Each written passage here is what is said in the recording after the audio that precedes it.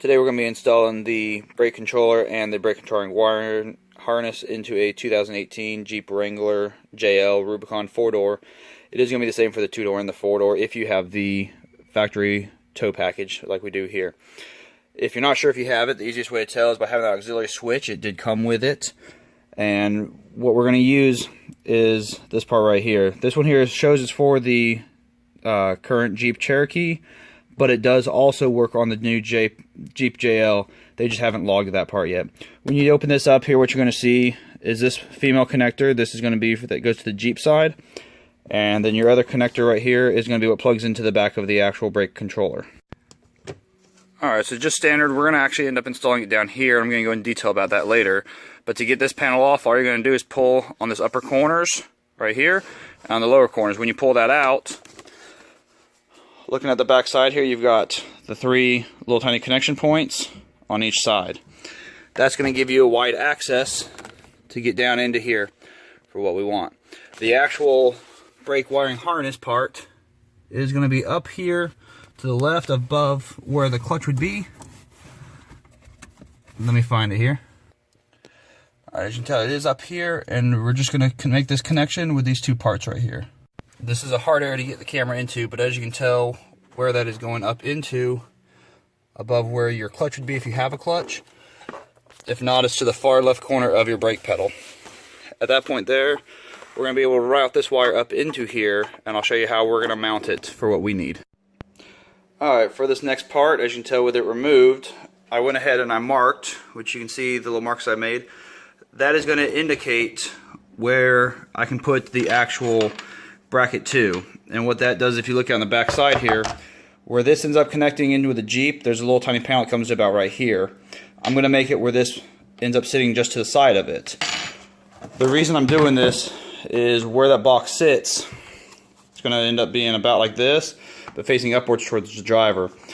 This is my wife's vehicle and she primarily drives it, and we discovered with this being there, it actually hits her knee and her lower leg while she's driving using the gas pedal. So since we don't tow that often, I'm going to make this removable and not have it permanently mounted there by actually putting a wing nut on the back side. So what I did, I got some washers, I got some wing nuts, and some small bolts here I'll take out. Alright, so here are the 3 packages. These are going to be the little tiny bolts that I got. And I got the ones with a little tiny Allen head, and I'll show you why in a second. Some washers, and then the wing nut. There are 2 different types of brake controllers that you can end up getting, and that's why you're going to see 2 different colors. The first one I purchased was this one here, and I'm going to be returning it. It is by a time delay, and this one here is the one I'm going to actually be installing. It actually uses the amount of G-force to actually apply how much braking is needed.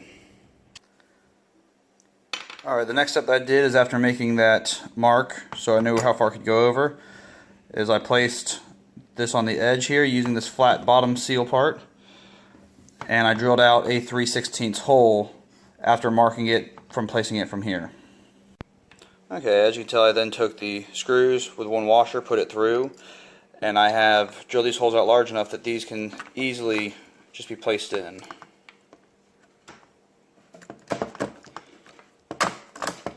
And the reason for that is I can take this out when not in use for multiple months. On the back side, I'm going to put another washer and a wing nut. Alright, the next part that I've done is put those in. As you can tell, they fit very tightly. And I've put the side bolts in, and now I'm going to be able to mount this in.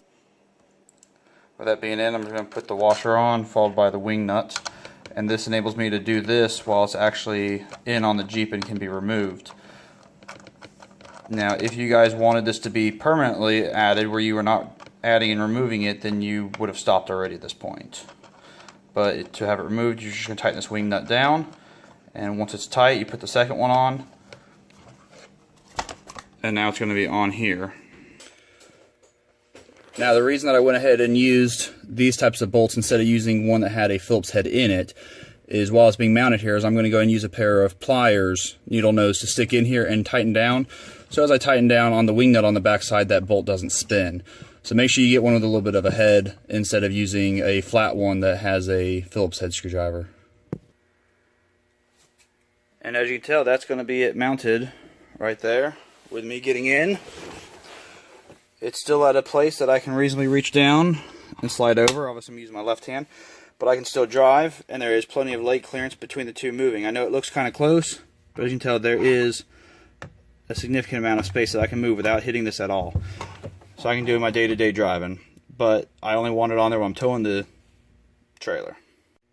Alright, and when you're ready to remove, you just reach up on the back side and you're going to spin the washer or the wing nut loose like that. You catch them in your hand, and then it's ready to come out. This part right here, I am just going to wire up on the back side. Again, to remove this, just pull on your corners.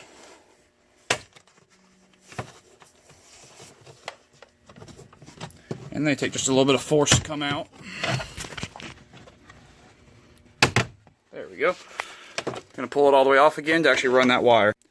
So I'm going to run this wire up on the back side, and I'm going to use this little hole using a zip tie, and I'm going to zip tie this to about right here, and that way this cable can be accessed from the back side very easily by just simply, when this is plugged in, it'll plug right in here, and there won't be any wires hanging down.